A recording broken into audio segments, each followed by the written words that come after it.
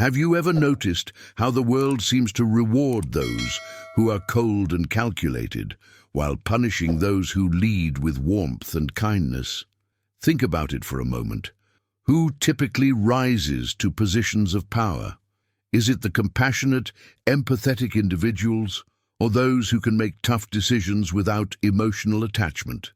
The harsh reality many of us eventually face is that kindness, while virtuous, often leaves us vulnerable in a world that operates by different rules. Has this ever happened to you? You extend yourself for others, show compassion, offer second chances, only to find yourself being taken advantage of, manipulated, or worse, completely ignored. But before we begin, please hit the like button and let me know where in the world you're watching from today. It's always fascinating seeing who's joining us from around the world. And if you haven't already, make sure to hit that subscribe button and turn on the notification bell so you don't miss any of our future videos. Throughout history, from the courts of Renaissance Italy to modern corporate boardrooms, there's a pattern that emerges. Those who master emotional detachment tend to advance, while the warm-hearted frequently stumble into the same traps of exploitation. But what if I told you this doesn't have to be your story? The principles that separate the truly powerful from the perpetually powerless aren't taught in schools or passed down in most families. They're often counterintuitive, sometimes uncomfortable, but undeniably effective. Stay with me until the end, because the 7 Machiavellian lessons I'm about to share could fundamentally transform how people perceive, respect, and respond to you. This isn't about becoming callous or cruel. It's about understanding the rules of power dynamics that govern human interactions. It's about developing a protective shell that prevents others from easily manipulating your good nature. It's about recognizing when warmth serves you and when it sabotages you. What you're about to discover might surprise you, perhaps even challenge your core beliefs about how relationships and influence truly work. But ask yourself, how many times have your best intentions led to your worst outcomes? How often has your kindness been mistaken for weakness?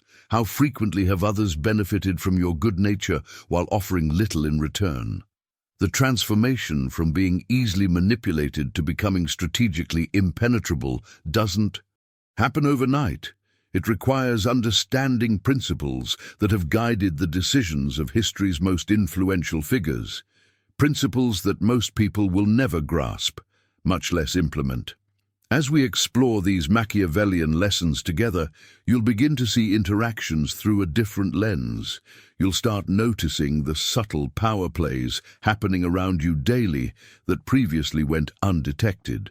You'll recognize when someone is attempting to exploit your warmth before they even complete their request. If you value depth over financial clickbait, hit that subscribe button. Each video is crafted to build your wealth psychology, not just your watch list. Warmth can be a trap that snares you in manipulation. Let me show you how it works in everyday life. Imagine you're walking down the street when a friend calls. They need $500 by tomorrow. If you're known for your warmth and compassion, they might say, "I don't know what I'll do if I can't pay my rent. I have nowhere else to turn." They appeal to your emotions, knowing your warm heart will respond. Now imagine being the friend who's known for being more reserved. The approach changes completely.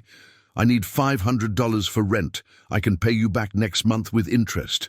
Here's proof of my next paycheck." See the difference? The cool, unreadable person gets respect and transparency, while the warm person gets emotional manipulation. This pattern repeats across all relationships. When you wear your warmth on your sleeve, you become predictable. And in the subtle power dynamics of human interaction, predictability is weakness. Those who can't read your next move must approach you with caution and respect. The transformation begins when you realize warmth should be a controlled resource, not your default setting. This isn't about becoming cold-hearted. It's about strategic warmth. The most powerful people in history weren't the most outwardly loving. They were the most strategic with their emotional displays. Now, I want to go even deeper into this topic by examining how this principle manifests in professional settings. In workplaces, those who maintain some emotional distance often rise faster. They're promoted not because they're unfriendly, but because they've mastered the art of revealing just enough of themselves to connect while maintaining the mystery that commands respect. Behind the scenes of every successful negotiation is someone who understood this balance. When you enter a salary negotiation radiating eagerness and warmth, you've already lost leverage. The person across the table knows you want their approval and will likely accept less. But walk in, composed, unreadable, revealing nothing of your desperation or excitement, and you create a vacuum they feel compelled to fill, often with better offers. This hidden truth applies even in romantic relationships. The person always showering affection, always available, always warm, inadvertently creates an imbalance. Their partner, faced with complete predictability, often becomes complacent. Meanwhile, those who maintain some mystery, not through games or manipulation, but through genuine self-containment, often sustain attraction longer. Your journey toward power requires understanding this counterintuitive wisdom. Strategic restraint creates more impact than constant warmth. The power moves beneath the surface, in the spaces between your actions, in the moments when others cannot quite read you. If this revelation about strategic warmth has made you reconsider your own behavior patterns, write in the comments, "I've been too predictable." Let's continue exploring how these subtle dynamics shape our world and how you can position yourself more advantageously within them. Machiavelli's wisdom cuts deep because it confronts us with an uncomfortable truth about human relationships. We're taught from childhood to share, to be kind, to put others first, but rarely are we warned about the shadow side of excessive generosity. The transformation happens subtly. Each time you consistently prioritize someone else's needs above your own, you're unwittingly shifting the power balance in that relationship. Think about your own experiences. Have you ever had a friend who started taking your availability for granted, or a colleague who kept asking for favors without reciprocation? These aren't just annoyances. They're manifestations of a power imbalance that you might have unconsciously created. What makes cold people so effective at maintaining their position is their implicit understanding of boundaries. They don't rush to answer every text. They don't drop everything when someone makes a request.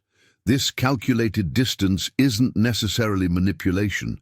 It's often a form of self-preservation that commands respect. I want to go even deeper into this revelation about human nature. The most successful people I've studied have mastered what I call strategic generosity. They're genuinely helpful, but never at the expense of their core priorities. They understand that respect often hinges on perception, and constant availability can diminish your perceived value. This journey toward balanced relationships requires a mindset shift.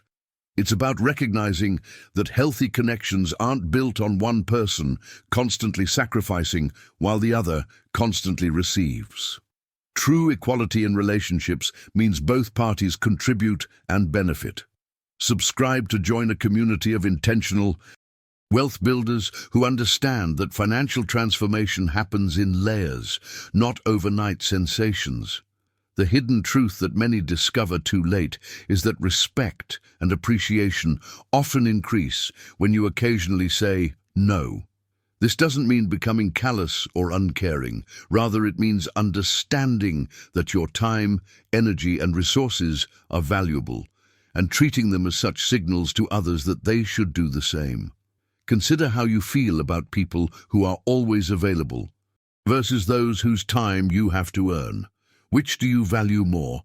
Which do you respect more? The answer reveals something profound about how we assign worth to others and ourselves. Behind the scenes of every interaction lies this unspoken exchange of power. When you begin to recognize it, you'll see relationships differently, not as simple exchanges of affection, but as complex dances where respect, boundaries, and mutual value all play crucial roles. If this perspective shift is making you reconsider some of your own relationships, write power balance in the comments. Now let's explore how to apply these principles without sacrificing your authentic self. The true power of the cold genius mindset emerges when you begin applying it to relationships. Think about this. How many people do you know who become completely unhinged when faced with rejection or betrayal? They spiral into emotional chaos, letting these experiences define their self-worth. But the cold genius approaches human interaction with a fundamentally different perspective. When someone disappoints you or breaks your trust, instead of feeling victimized, you've gained invaluable intelligence about their character. You've acquired data that would have remained hidden otherwise. This shift in perspective transforms what others might call bad experiences into strategic advantages. You're building a mental database of human behavior that becomes increasingly sophisticated with each interaction. This isn't about becoming cynical or detached from humanity. Rather, it's about developing an underlying emotional resilience that prevents others from manipulating you through your own reactivity. The cold genius understands that emotional regulation is the foundation of all strategic thinking. Consider how this mindset applies to professional realms. While colleagues might become entangled in office politics and personal vendettas, the cold genius observes these dynamics with clarity, mapping out the hidden power structures and motivations driving behavior. This awareness creates a significant competitive advantage. You're playing chess while others are playing checkers. The journey toward this mindset requires a fundamental transformation in how you process information. Most people filter experiences through their emotional impact first. Was this pleasant or painful? The cold genius develops the ability to process experiences through their informational value first. What did I learn, and how can I apply this knowledge? This subtle shift changes everything. The person who insulted you at a networking event. They've revealed their own insecurities and triggers. The client who suddenly backed out of a deal. They've shown you a vulnerability in your proposal process that you can now strengthen. Behind the scenes of every successful strategist is this accumulated wisdom. The ability to extract valuable lessons from experiences that would derail most people.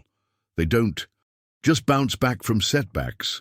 They incorporate each challenge into an increasingly sophisticated understanding of how systems and people operate.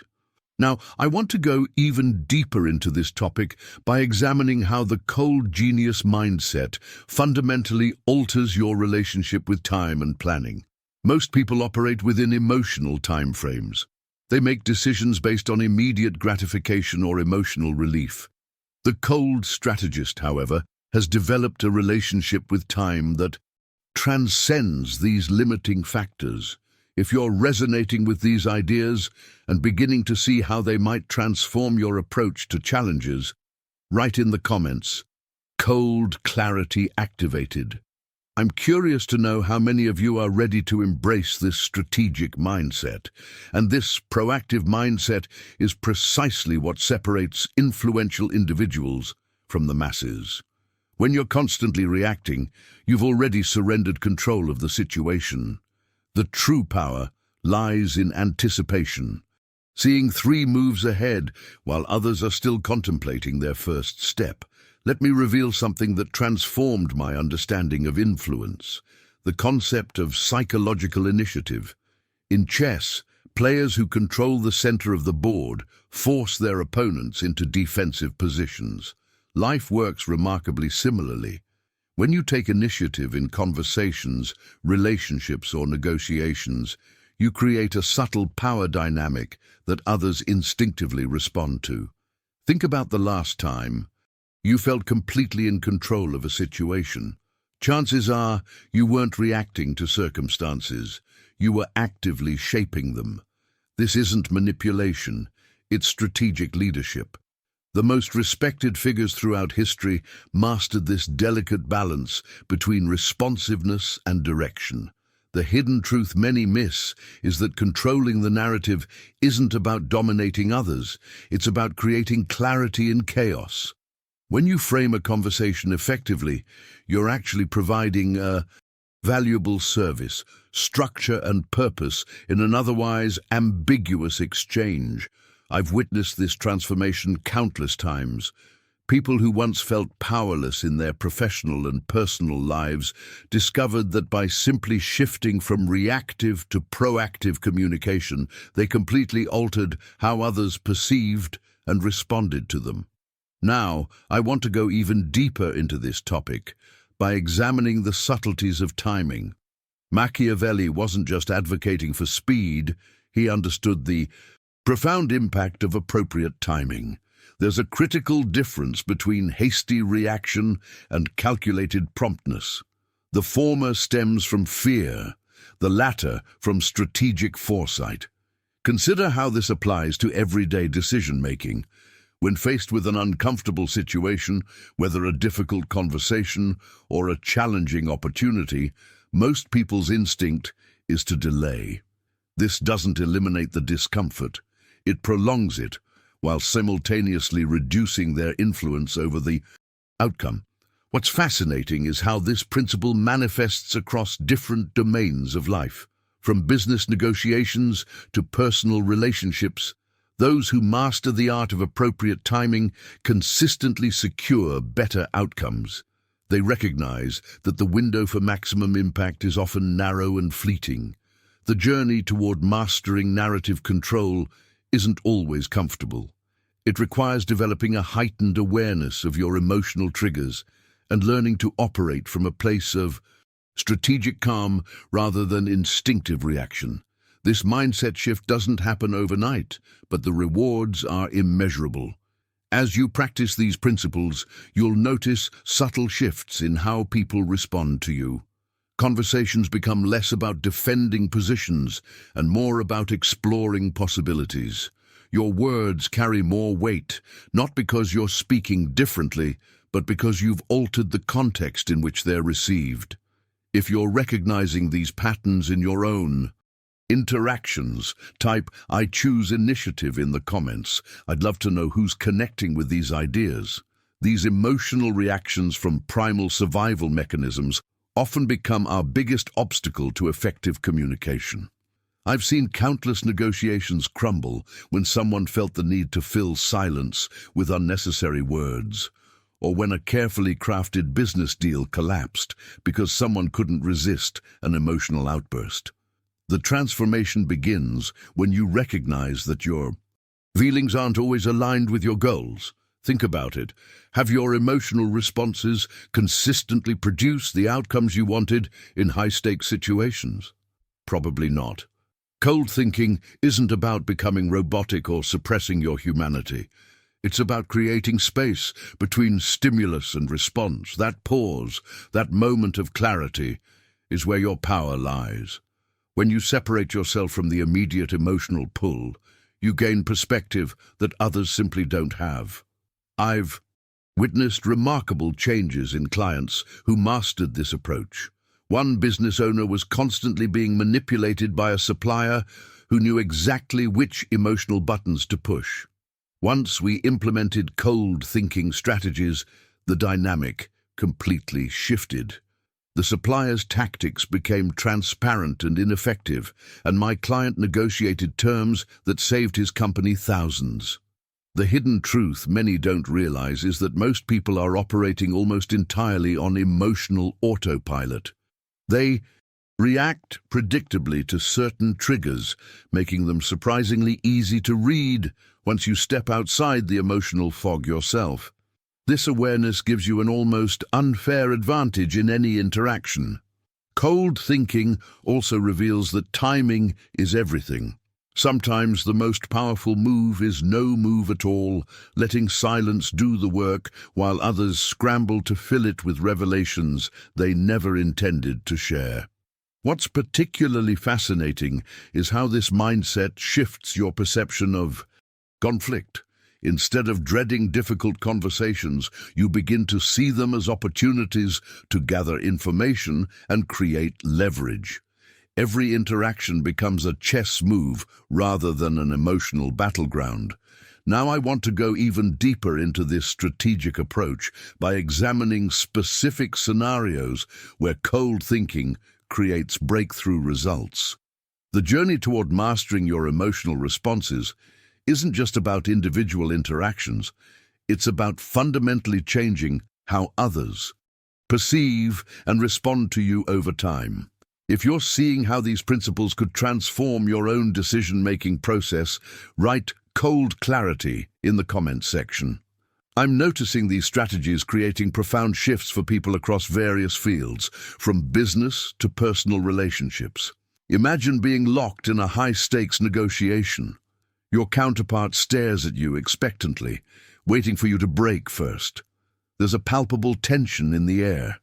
Most people squirm under this pressure and rush to fill the void with words that often undermine their position. But when you understand the hidden power of silence, everything changes. Silence is where the real game is played. When you stop talking, you create space for others to reveal themselves. Think about it. Nature abhors a vacuum, and so does human conversation. Most people feel deeply uncomfortable with silence and will instinctively fill it, often with information they hadn't planned to share. This psychological discomfort becomes your advantage. I once witnessed a master negotiator secure a deal simply by remaining quiet after the other party named their price. The uncomfortable silence stretched for nearly a minute, feeling like an eternity to everyone in the room, until the seller nervously started offering concessions no one had asked for. The transformation was remarkable. This principle extends far beyond business contexts. In personal relationships, in leadership positions, even in casual conversations, strategic silence builds an aura of authority. There's a certain mystique around someone who speaks less but says more. When your words become scarce, they naturally increase in value. The journey to mastering silence isn't easy. We're conditioned to view silence as awkward or unproductive. Breaking this mindset requires deliberate practice and self-awareness. Start with small moments. Count to 5 before responding to important questions. Notice how this tiny shift changes the dynamic of your interactions. Behind the scenes of every powerful negotiator's success is this carefully cultivated skill. They understand something most people miss. Information is currency, and silence is the vault that protects it. The less you reveal about your thoughts and intentions, the more advantage you maintain. Meanwhile, others continue revealing their cards, sometimes without even realizing it. The beauty of this approach is its simplicity.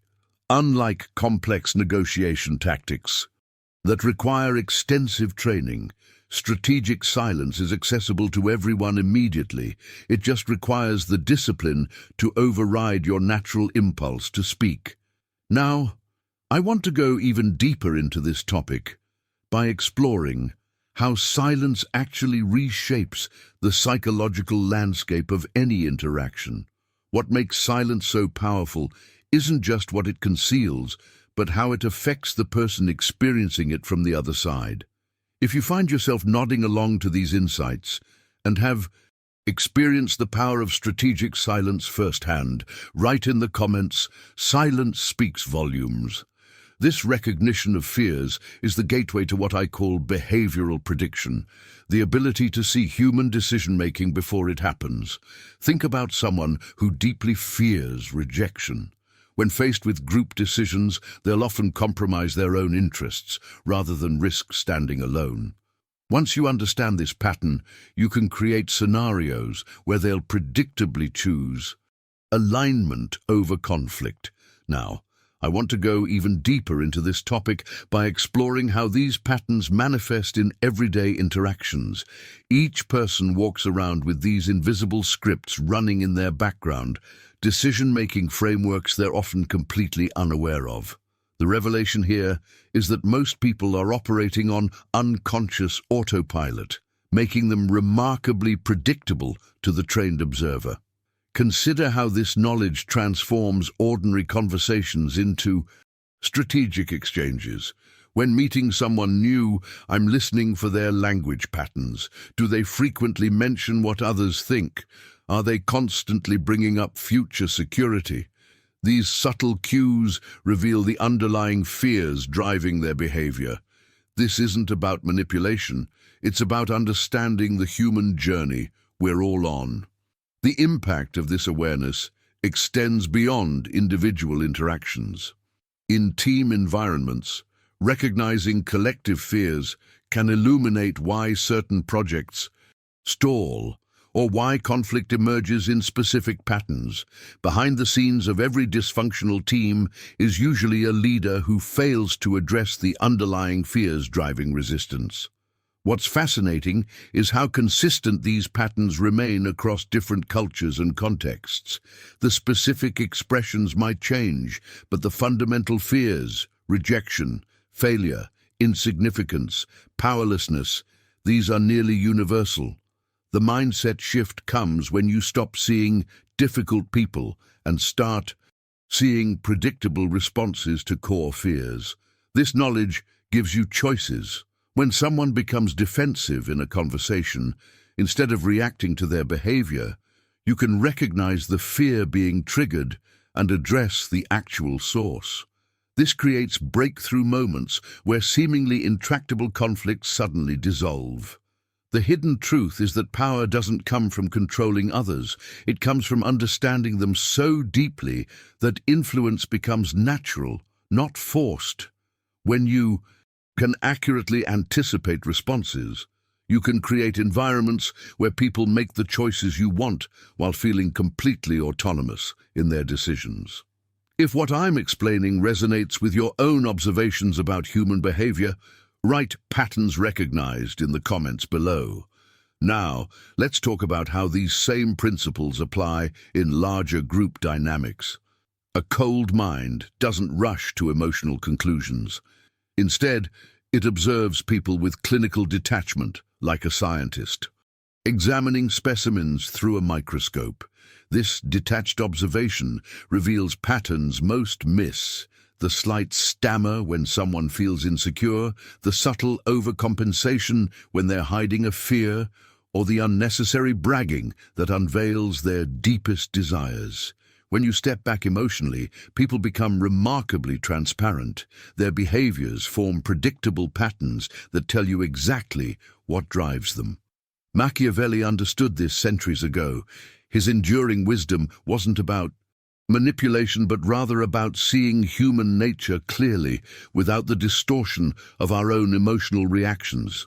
The transformation begins when you recognize that everyone operates from a handful of core motivations. Some people are primarily driven by fear of rejection, fear of failure, fear of insignificance. Others are propelled by ego, the need for recognition, status, or to feel superior. And many are moved by simple self-interest, or what some might call greed, the pursuit of comfort, security, or advantage. The revelation that changed my approach to relationships came when I realized that effective communication isn't about using a one-size-fits-all strategy. It's about tailoring your approach to match the underlying motivation of the person you're dealing with. This isn't manipulation, it's understanding the language that resonates with them. When engaging with someone motivated by fear, addressing their concerns directly and offering reassurance creates immediate connection. For those driven by ego, acknowledging their achievements and perspectives makes them receptive to your ideas. And with those motivated by self-interest, clearly articulating mutual benefit builds instant rapport. The journey toward this kind of interpersonal intelligence begins with self-awareness. You must first recognize your own emotional triggers and biases. Only then can you create enough space to observe others objectively. This mindfulness practice extends beyond relationships. It transforms how you process information, make decisions, and navigate challenges. Now, I want to go even deeper into this topic by examining how these insights apply in specific contexts, from professional environments to personal relationships. The hidden truth is that most people unconsciously respond to others through their own emotional filters, missing critical information that would make their interactions more effective. What I've found fascinating is how this approach completely shifts the power dynamic in most interactions. When you understand someone's core motivations, conversations that once felt like battles suddenly become dances. You move in harmony rather than opposition, even when your goals differ. If you're resonating with these ideas, write clear vision in the comments. I'm curious to know who among you is already practicing this kind of emotional detachment and strategic thinking in your daily interactions. Building your reputation isn't just about what people say behind your back. It's about crafting a powerful presence that walks into rooms before you do. Think about it. When your name carries weight, you're already halfway to winning any battle before it even begins. The transformation happens almost invisibly. People who once might have tested your boundaries suddenly find themselves treating you with a deference they can't quite explain. This isn't manipulation. It's human nature responding to the energy you've cultivated through consistent action. Your reputation becomes a silent guardian that fights battles you don't even know exist. Consider the hidden truth in professional environments. Someone with a reputation for delivering results will be given the benefit of the doubt when challenges arise, while someone known for excuses will be questioned at every turn. The same action performed by two people with different reputations yields entirely different responses. What's fascinating is how this principle transcends cultures and contexts. From ancient civilizations to modern boardrooms, those who understand the power of reputation have always held a decisive advantage in navigating complex social dynamics. The journey to building this reputation armor isn't quick. It's forged through countless moments of choosing integrity when compromise would be easier. I've witnessed remarkable shifts in how people are treated once their reputation solidifies. Doors that seemed permanently closed suddenly open without explanation. Resources that were unavailable mysteriously appear. The same request that was denied yesterday is approved today, not because the request changed, but because the weight behind it did. This isn't about becoming intimidating. Rather, it's about becoming someone whose word carries such undeniable value that questioning it seems almost irrational. The revelation many miss is that your reputation isn't built during big moments. It's constructed in the small, seemingly insignificant decisions you make when you think no one is watching. Now, I want to go even deeper into this topic by examining how reputation actually becomes a form of psychological leverage that few truly understand how to wield effectively. The mental frameworks that govern how others respond to your presence operate largely below conscious awareness, yet they determine nearly every interaction you'll have. If you're recognizing how your own reputation has been working for or against you in your daily life, write "reputation precedes me" in the comments. The truth about these characters of quiet strength runs much deeper than what's immediately visible. When we encounter a person who speaks less but carries themselves with unwavering conviction, there's a magnetic quality that draws us in. Their power doesn't announce itself with fanfare. It sits in the deliberate pauses between their words, in the measured responses that come only after careful consideration. This strategic approach to communication represents a profound understanding of human psychology. While reactive personalities expend energy chasing emotional highs and lows, these figures conserve their resources, deploying them only when truly necessary. It's this economy of effort that makes their rare decisive actions so impactful. The journey toward developing this caliber of presence requires a fundamental transformation in how we view social interactions. Most people enter conversations seeking validation or dominance, both energy-draining pursuits. The quietly powerful individual, however, approaches each exchange with curiosity and discernment, gathering information rather than constantly broadcasting their position.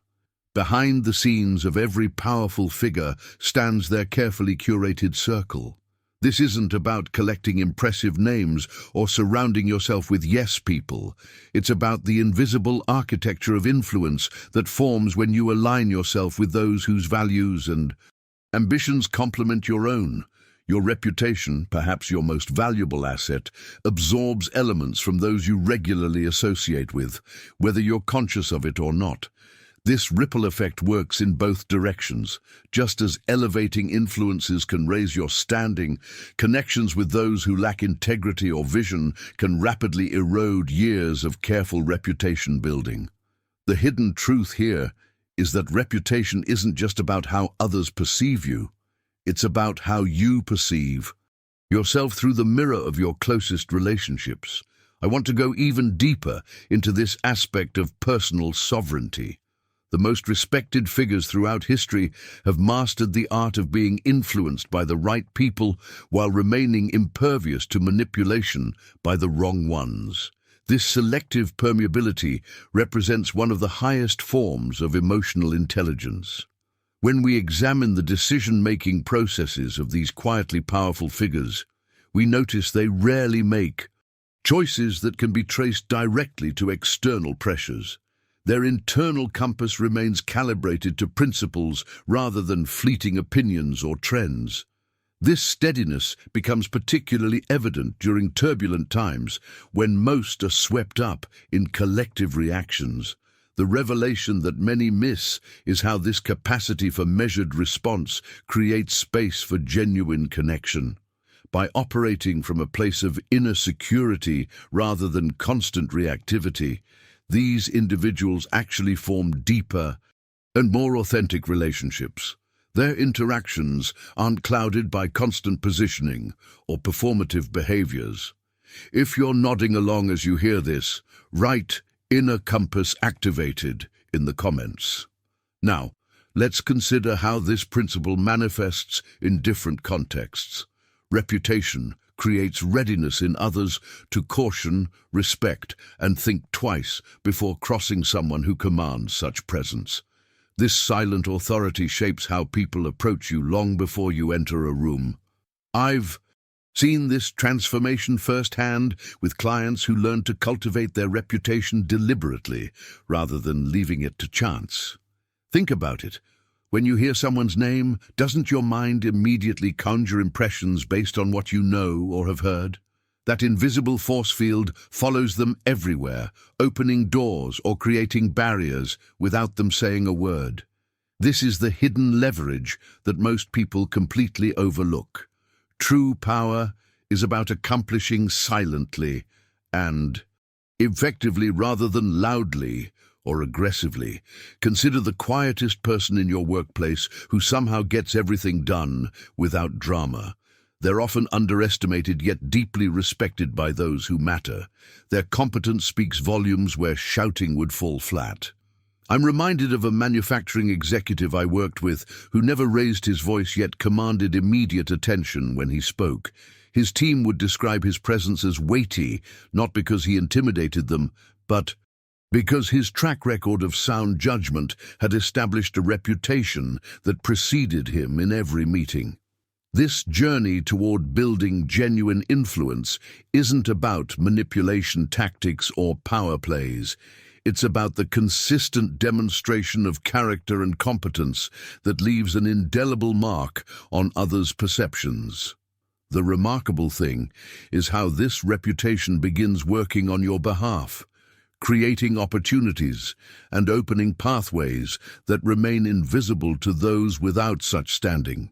Now, I want to go even deeper into this topic by exploring how specific behaviors either reinforce or undermine your reputation capital. The decisions you make daily, especially under pressure, form the building blocks of how others perceive your reliability and trustworthiness. Even small moments, like whether you consistently arrive on time or how you respond to criticism, contribute to this ongoing narrative about who you are.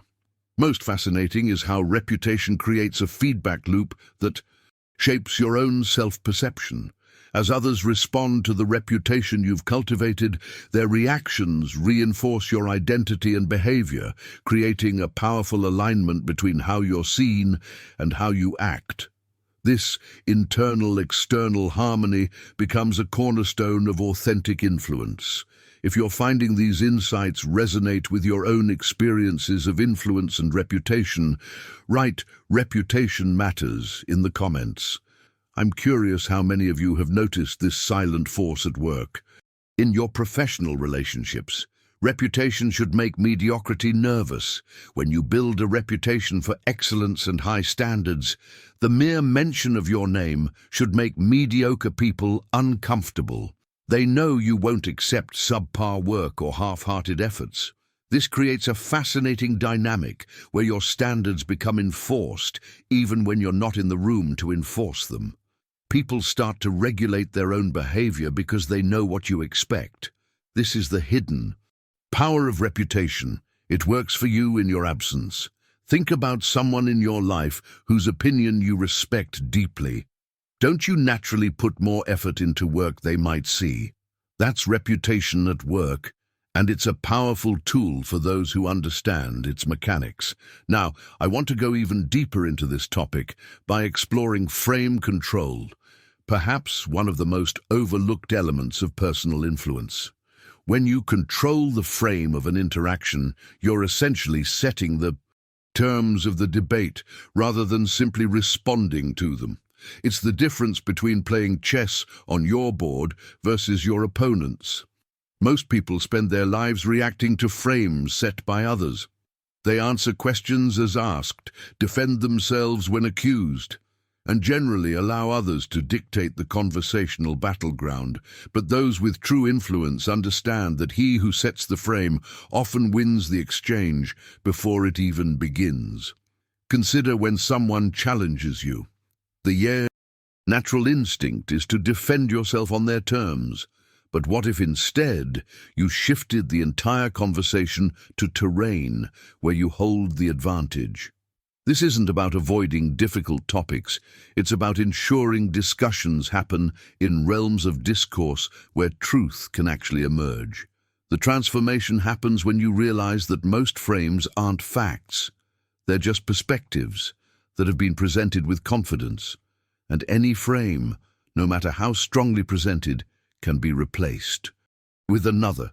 This realization is liberating because it means you're never truly trapped in someone else's narrative.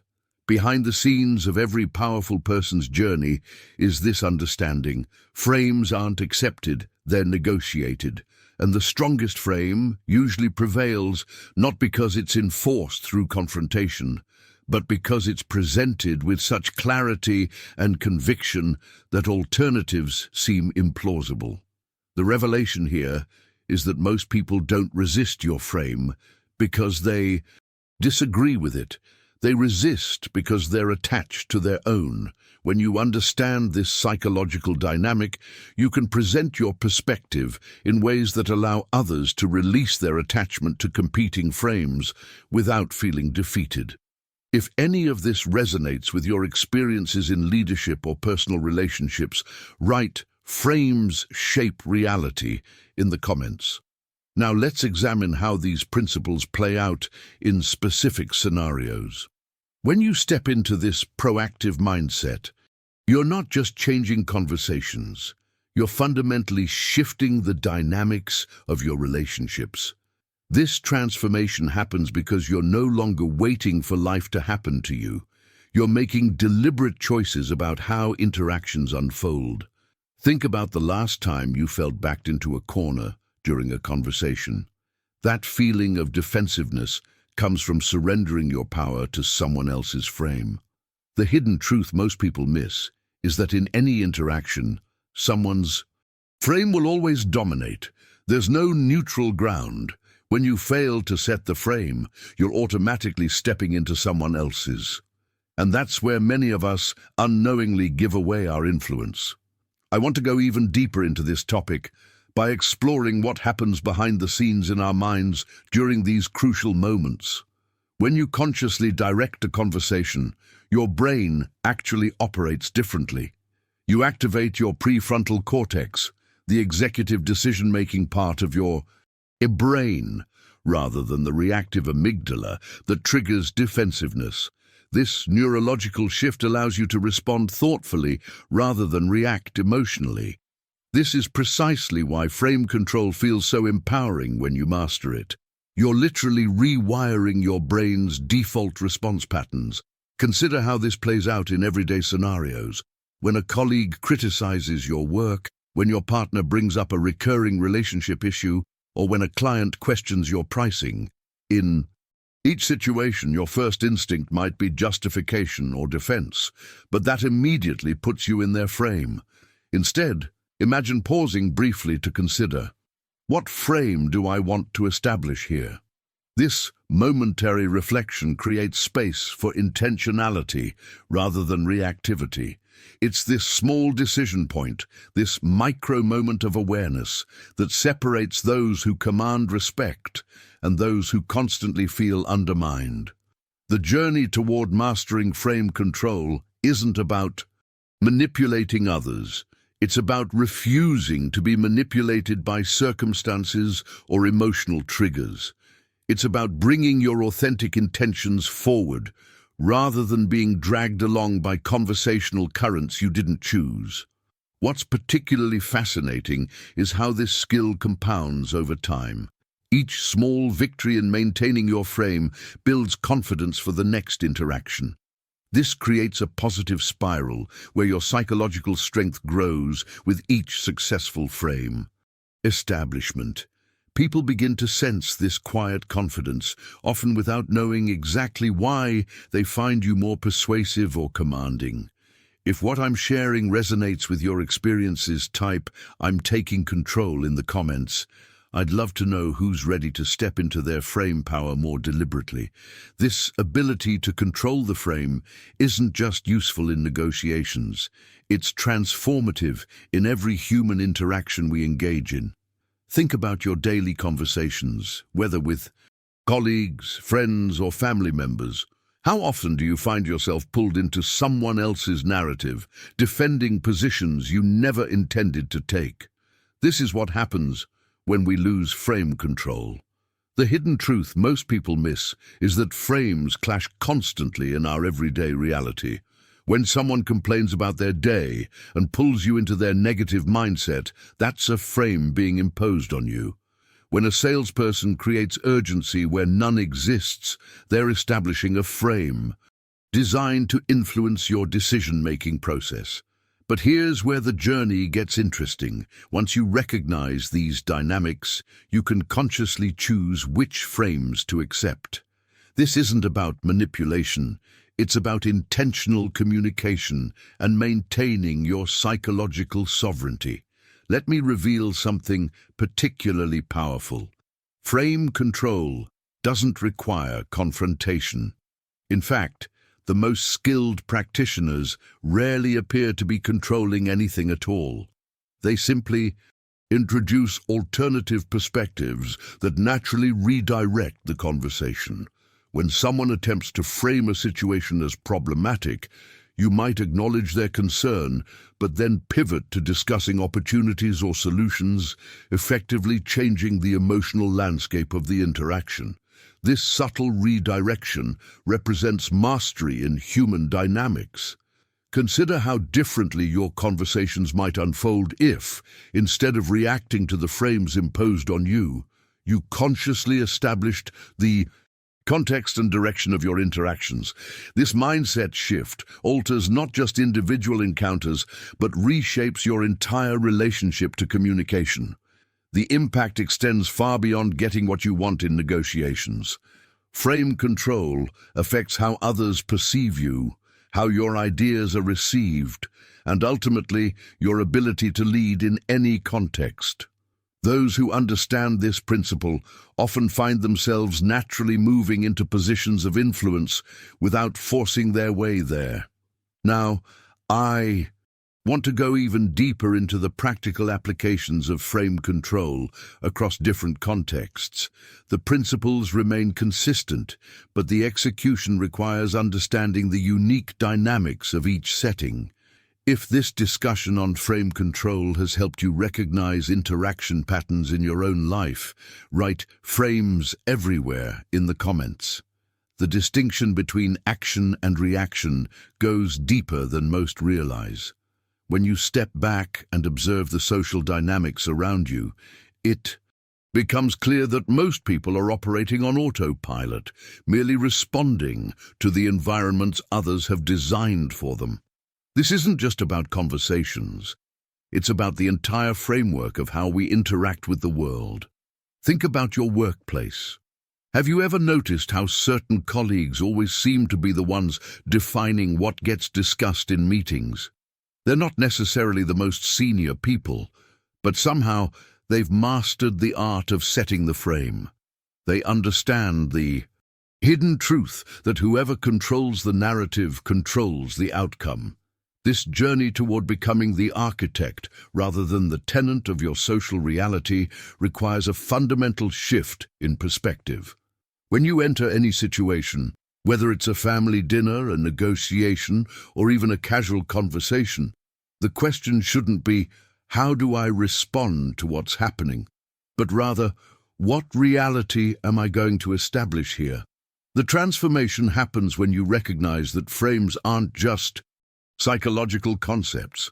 They're the invisible infrastructure of all human interaction. Most people go through life completely unaware of these structures until they bump against their limitations. But once you develop the awareness to see them, you can begin to build your own. I remember watching a friend navigate a particularly challenging business meeting. Everyone expected confrontation, but instead of reacting to the tension in the room, he completely redirected the energy by establishing a collaborative frame from the outset. By the end of that meeting, people who had walked in as adversaries left as allies, not because he convinced them with arguments, but because he created a reality where collaboration was the natural state. This mindset shift doesn't happen overnight. It requires practice and deliberate awareness. Start noticing how different people establish frames in your daily interactions. Who sets the terms of engagement? Who determines what's appropriate? Who decides what's important? Once you can spot these patterns, you can begin implementing your own frame-setting techniques. Now, I want to go even deeper into the emotional intelligence required to master this skill. Because frame control isn't just about asserting your will, it's about creating spaces where certain outcomes become inevitable. If what I've described resonates with your experiences, write in the comments. I see the frames now. I'm curious how many of you have already been noticing these invisible structures in your daily interactions. You can start practicing this cold demeanor by becoming aware of your emotions in potentially challenging situations. Next time someone tries to provoke you, observe how your body reacts. That tightening in your chest, the heat rising to your face. Instead of surrendering to that emotional current, imagine yourself stepping back, watching the situation unfold as if you're observing a chess match. This emotional detachment isn't about becoming heartless. It's about gaining clarity in moments where others lose control. The transformation happens gradually. Begin with small interactions. Perhaps the next time a coworker makes a passive-aggressive comment, instead of reacting immediately, pause. Let the silence linger just a beat longer than comfortable. Watch how this subtle shift changes the dynamic. You've just taken back control of the conversation without saying a word. What makes someone truly dangerous in the best sense isn't their aggression, but their deliberate restraint. Think about historical figures who mastered this art, from negotiators to military strategists. Their power came from their ability to maintain composure while everyone else scrambled in emotional chaos. They understood the hidden truth that emotions, while natural, can be your greatest liability in high-stakes situations. I've witnessed this firsthand in business negotiations where millions were on the line. The person who maintained their composure, who could walk away without revealing their attachment to the outcome, inevitably secured better terms. This wasn't manipulation. It was simply understanding human psychology and refusing to be its victim. Now, I want to go even deeper into this topic by exploring how this cold calculation transforms your decision-making process. When you're not clouded by immediate emotional reactions, you begin to see patterns and opportunities others miss entirely. You develop what some might call an almost uncanny ability to predict outcomes because you're operating from a place of clarity rather than impulse. The journey toward this mindset isn't always comfortable. There will be moments when your instinct screams to react, to defend your ego, to prove someone wrong immediately. Resisting that urge feels unnatural at first, but with practice, you'll notice something remarkable happening. The space between stimulus and response widens. In that space lies your freedom and your power. Behind the scenes of every overnight success is usually someone who mastered this principle years before their public recognition. They learned to make decisions based on long-term vision rather than immediate gratification. They understood when to speak, and more importantly, when silence would serve them better. If you're finding these ideas resonating with your experiences, write "calculated silence" in the comments. I'm curious how many of you have already been practicing this approach, without perhaps having named it. But here's what most people don't understand about this transformation. It's not about becoming emotionless. It's about controlling when and how your emotions are expressed. The most powerful strategists I've studied aren't cold machines. They're masterful conductors of their emotional orchestra, playing the right notes at precisely the right moments. Think about what happens in your daily interactions. When someone provokes you, the instinctive reaction is immediate defense or counterattack. That split-second emotional response is exactly what limits your strategic potential. The journey towards strategic thinking begins with creating that crucial space between stimulus and response, what I call the strategic pause. This pause becomes your personal laboratory for power. During these moments of deliberate restraint, you're actually gathering intelligence, mapping motivations, and constructing leverage that the reactive person can never access. It's in this space that Machiavelli's most profound insights take root. Consider how this applies to modern business negotiations or even personal relationships. When someone across the table makes an unexpected demand, the amateur immediately reveals their position through emotional tells, a flinch, a defensive posture, an anxious rebuttal. But the strategist, they've trained themselves to absorb the information without revealing their hand, converting what should be a moment of vulnerability into an opportunity for deeper understanding. The hidden truth that few recognize is that strategic thinking isn't just a skill, it's a fundamental shift in how you perceive human interactions. Every conversation becomes a chessboard, every relationship a series of moves and countermoves, not from a place of manipulation, but from a profound recognition that influence flows toward those who understand the underlying currents of human motivation. I've witnessed remarkable transformations in people who embrace this mindset. A formerly impulsive executive who learned to listen 3 times more than he spoke, suddenly finding himself promoted beyond his peers. A woman who stopped defending herself against critical family members and instead began strategically choosing her moments of engagement, completely reshaping the power dynamics at family gatherings. This isn't about becoming calculating in a negative sense. It's about recognizing that thoughtful calculation actually creates more authentic connections because you're responding to reality as it is, not as your emotions perceive it to be. The revelation that changed everything for me was understanding that strategic thinking isn't something you do, it's something you become. The decisions that once seemed difficult gradually transform into clear paths forward when viewed through this lens of calculated influence rather than emotional reaction.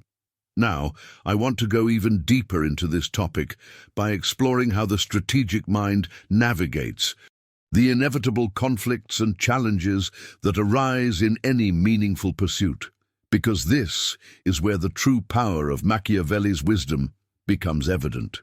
If any of these principles are shifting your perspective on how you approach relationships and influence, write Strategic Awakening in the comments.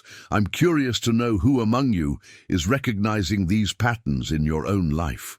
The raw essence of power truly reveals itself when we study history closely.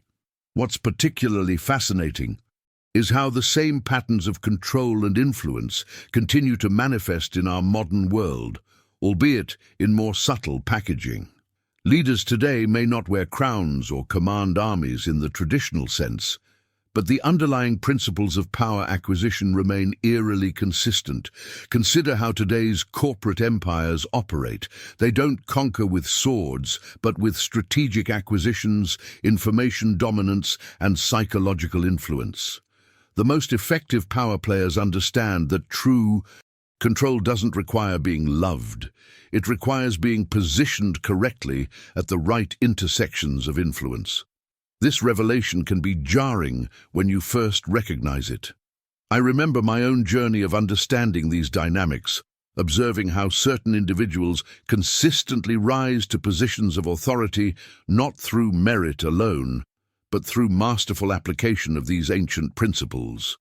The transformation in my perspective was profound when I realized that what appears as chaos often has underlying patterns of power at work. Now, I want to go even deeper into this topic by examining the psychology behind these power dynamics. What's particularly intriguing is how our minds are wired to respond to certain displays of authority almost automatically. We react to confidence, decisiveness, and strategic ambiguity in ways that often bypass our rational thinking. The hidden truth many hesitate to acknowledge is that there's an evolutionary component to our relationship with power. Historically, aligning with powerful individuals or groups improved survival odds. This primal wiring hasn't disappeared despite our modern veneer of equality and democracy. The impact of understanding these mechanisms can be liberating. Rather than being unconsciously manipulated by power dynamics, you gain the ability to recognize the game being played around you. This awareness doesn't mean you must participate in cutthroat tactics, but it does mean you won't be blindsided by them. Behind the scenes of every major organization, whether corporate, political, or social, these principles operate continuously. The most successful leaders are rarely the most vocal about their strategies. They simply execute them while others remain unaware of the underlying mechanics. What's most compelling is how these revelations can transform your own approach to navigating complex social and professional environments. Understanding the architecture of power doesn't corrupt you, it equips you to move through the world with greater clarity and purpose. If you're finding these insights resonating with your own observations about power dynamics in your life, write "power patterns recognized" in the comments. I'd love to hear about specific situations where you've noticed these principles at work. Transformation doesn't happen overnight. It's cultivated through the small decisions we make each day. While these wealth-building principles might seem straightforward on paper, the real journey unfolds in those quiet moments when no one's watching, when you're exhausted after a long day and still choose to review your investment portfolio, when you decide to learn about tax optimization instead of scrolling mindlessly through social media. These seemingly insignificant choices compound over time, much like the interest in your investments. The hidden truth that separates the consistently wealthy from those who merely achieve temporary success is this mental fortitude, the ability to maintain discipline when motivation fades. It's about building systems rather than relying on willpower, creating automatic transfers to your investment accounts, scheduling regular portfolio reviews, surrounding yourself with peers who encourage financial intelligence rather than conspicuous consumption. Behind the scenes of every wealth success story lies a landscape of failures, adjustments, and persistent recalibrations. I remember speaking with a client who had lost significant money during the 2008 recession. Rather than abandoning his investment strategy altogether, he used that experience as a masterclass in risk management. Today, his portfolio is more resilient precisely because he embraced that difficult chapter as education rather than defeat. What's particularly fascinating is how these principles create a ripple effect throughout your life. The same discipline that helps you maintain a healthy savings rate often translates to other areas: professional development, relationships, even physical health. It's never just about the money, it's about cultivating a mindset that values long-term significance over short-term gratification. Now, I want to go even deeper into this topic by exploring how these wealth-building principles function during different economic cycles. Because implementing these strategies during expansion looks quite different from applying them during contraction. The fundamentals remain, but the execution requires nuance and adaptability. Many people struggle with this journey not because they lack information, but because they haven't fully internalized the inevitable challenges along the path. Successful wealth builders understand that market downturns, policy changes, and personal setbacks aren't anomalies. They're expected parts of the process that require preparation rather than panic. If what I've shared resonates with your own financial journey, write "discipline over motivation" in the comments. I'd love to know I'm not alone in valuing consistent action over fleeting inspiration. If you've made it this far with me, you're already demonstrating that remarkable quality we've been discussing, the commitment to depth over distraction. This journey of building sustainable wealth isn't a sprint, but a thoughtful marathon that rewards the patient and persistent. I'd truly appreciate if you'd consider subscribing to this channel if these perspectives have added value to your financial thinking. Each video is created with the intention of moving beyond surface-level advice to explore the psychological and practical elements that actually move the needle. If this message particularly connected with you today, drop "discipline over motivation" in the comments.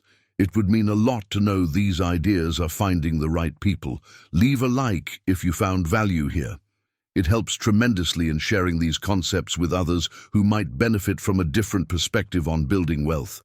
I've prepared a video that expands on how to create those wealth-building systems we touched on today, the ones that work even when willpower doesn't. Click through to continue this conversation, and we'll explore exactly how to make your financial growth more automatic and less dependent on daily decision-making.